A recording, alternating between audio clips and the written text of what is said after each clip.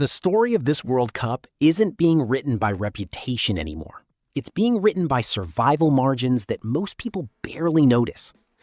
On paper, the round of 16 looks like a familiar hierarchy. France sit at the top of every projection, with Opta's model placing them around the high 20s in percentage terms to win the entire tournament, comfortably ahead of everyone else. Argentina follow, then Spain, then a widening gap where Brazil and England fight to stay inside the conversation, rather than lead it. But the deeper layer of this tournament isn't about who is strongest on paper. France are the clearest example of that idea. They move through the tournament with a kind of controlled inevitability. 3 goals against Sweden without ever needing to accelerate into their highest gear. And now they face Paraguay, a team that needed penalties just to eliminate Germany. The gap between the two isn't just talent, it's structural stability under pressure. France don't just win matches, they remove uncertainty from them. Argentina, in contrast, are living on the edge of control. Their 3-2 extra-time win over Cape Verde revealed something important about their identity in this tournament. They are no longer dominating matches. They are surviving them. Yet the model still trusts them, placing them just behind France in winning probability. That trust comes from something deeper than performance. It comes from history of response. When Argentina are pushed into chaos, they don't collapse, they adapt. But if France represent control and Argentina represent resilience, Spain represents something different entirely. Efficiency under constraint. They haven't just been winning, they've been suppressing opposition completely, even producing stretches of defensive perfection that no European side has achieved in decades of tournament football. And yet, their path immediately collides with Portugal, the most tactically balanced team they could face at this stage. One of them will exit not because they were weak, but because the bracket demands a sacrifice. This is where the tournament quietly splits into 2 realities. The first is the obvious one, the odds table. France at the top, Argentina next, Spain close behind. The second is the one hidden inside Opta's match-level projections, where margins tighten dramatically and surprises begin to look statistically reasonable. Look at Morocco.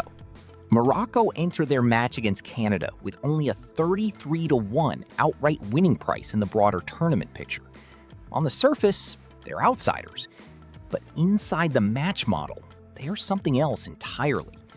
Against Canada, they are given roughly a 2/3 chance of progressing. That single number says more about their identity than any ranking ever could. Because Morocco are not advancing through dominance, they are advancing through compression. Across the tournament, they concede only around 8 shots per game and less than 1 expected goal against. These aren't just good defensive numbers, they are structural signals. They show a team that doesn't allow opponents to accumulate momentum in normal conditions, even when they look under pressure, like in their chaotic round of 32 against the Netherlands. The underlying control rarely disappears. That match is important not because Morocco struggled, but because they didn't change. They had over 70% possession, nearly 900 passes, a high passing accuracy in advanced zones, and yet they still ended up in penalties. That contradiction defines them. The deeper implication is uncomfortable for everyone else in the tournament. Morocco don't need to control outcomes perfectly to eliminate teams who do. Canada, their opponent, arrive with a completely different identity. Their win over South Africa came from the opposite philosophy: minimal control, late execution, and reliance on moments rather than structure. They survive matches rather than shape them. But against Morocco, survival football becomes a disadvantage because Morocco are already built for that exact environment. This is where probability starts to shift from abstract numbers into tactical reality. Opta's projections don't just say Morocco are slightly more likely to win. They suggest something more subtle. Canada's chances depend on breaking a system that is designed to reduce variance itself. And in knockout football, reducing variance is often more valuable than creating chances. While Morocco and Canada represent the lower profile tension of the bracket, the upper half carries a different kind of pressure entirely. Brazil against Norway is not just a matchup of talent. It is a clash between expectation and acceleration. Brazil's 12-1 outright price reflects something important. Not doubt, but conditional belief. The market respects them more than it trusts them.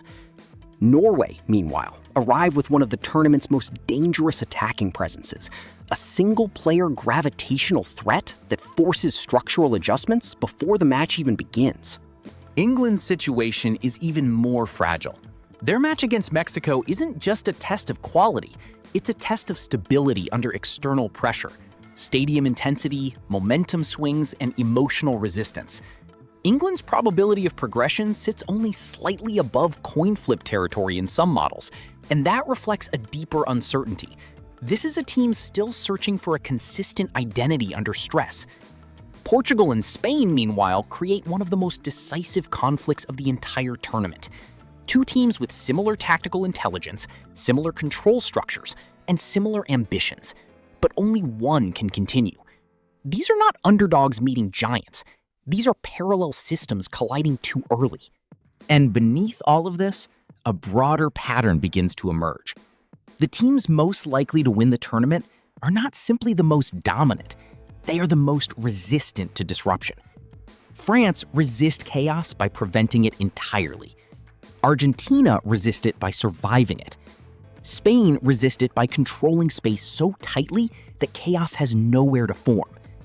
Morocco resist it by making games structurally predictable even when they look unstable.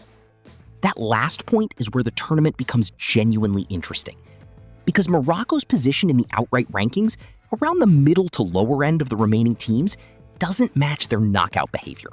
They have already proven they can control matches against elite opposition without needing to outscore them in open play. Their penalty shootout experience, their defensive discipline, and their low concession rate combine into a profile that models often undervalue, the team that refuses to break even when performance is imperfect. This is why knockout football rarely follows pure ranking logic. The further the tournament progresses, the more matches stop being about quality differences and start being about tolerance thresholds. How long can a team remain structurally intact when nothing is going according to plan? France answer that question with calm execution. Spain answer it with control. Argentina answer it with resilience. And Morocco, unexpectedly, answer it with repetition of structure under pressure. Canada, Brazil, England, Portugal, and the rest are not just competing against opponents, they are competing against different definitions of control itself. And that is why Opta's model, despite placing France at the top, still leaves room for something uncomfortable in knockout football. The idea that the most efficient team is not always the most likely champion, but the one that loses the least structure when everything else becomes unstable. The real separation in this tournament is no longer between favorites and outsiders. It is between teams that depend on moments and teams that depend on systems that survive moments. As the round of 16 begins, that distinction will decide more than matches. It will decide which version of football this World Cup remembers.